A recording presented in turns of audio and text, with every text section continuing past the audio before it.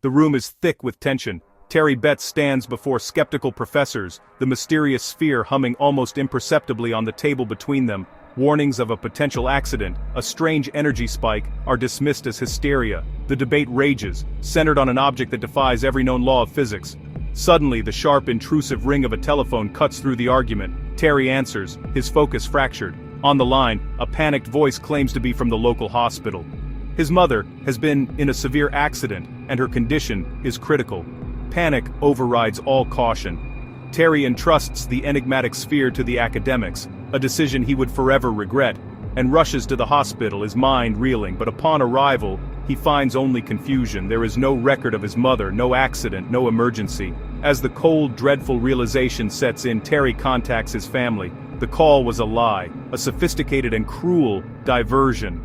He races back to the meeting, but he already knows what he will find.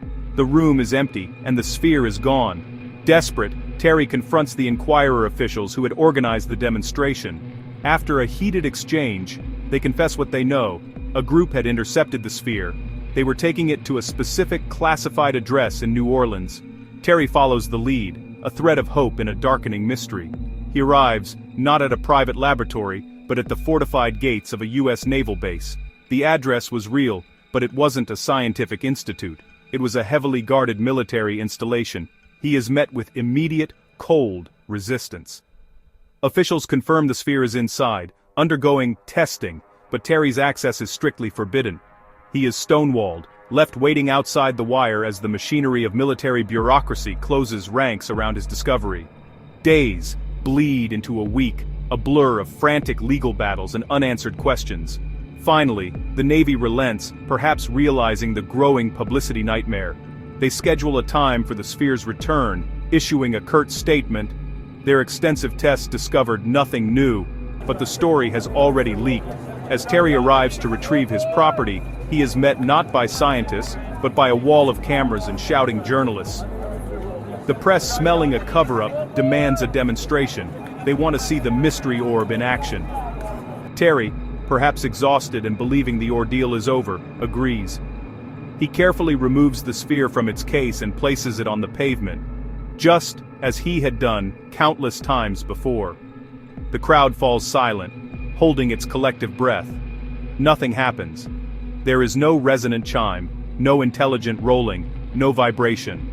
The sphere just sits, inert and lifeless, a simple polished piece of metal. The mystery, it seems, had vanished. Terry returns home, the sphere feeling heavier than before, its silence deafening. The Betz family, however, is not convinced. Their suspicions, ignited by the fake phone call and the military intervention, are now burning. They decide to run their own tests, again. The sphere is taken back for new X-rays and spectrum analysis, a baseline they thankfully established during their initial discovery.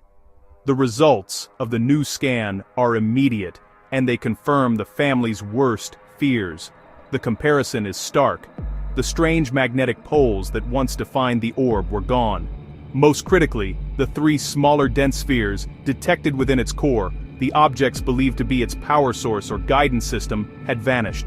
A family friend, Dr. James Harder, examines the evidence. He posits a disturbing, yet plausible theory. The government, perhaps working with a specialized contractor, had meticulously crafted a replica. What the Navy returned was a near-perfect, hollow forgery. Everything points to a deliberate swap. The highly specific fake call, the redirection to a secure New Orleans base, the sudden failure of the sphere's properties. The Betz family had been expertly manipulated, their discovery stolen by the very authorities meant to protect them. The theft, however, was only the beginning. The family finds themselves targeted. Intense media pressure camps on their lawn, but a darker threat emerges. Foreign agents, eager to acquire the technology, begin surveillance. The harassment soon turns physical. Terry Betz is reportedly beaten by unidentified government agents, a brutal warning to cease his complaints and public inquiries. The message was clear: forget the sphere, or else. Broken, intimidated, and fearing for their lives, the Betz family can endure no more.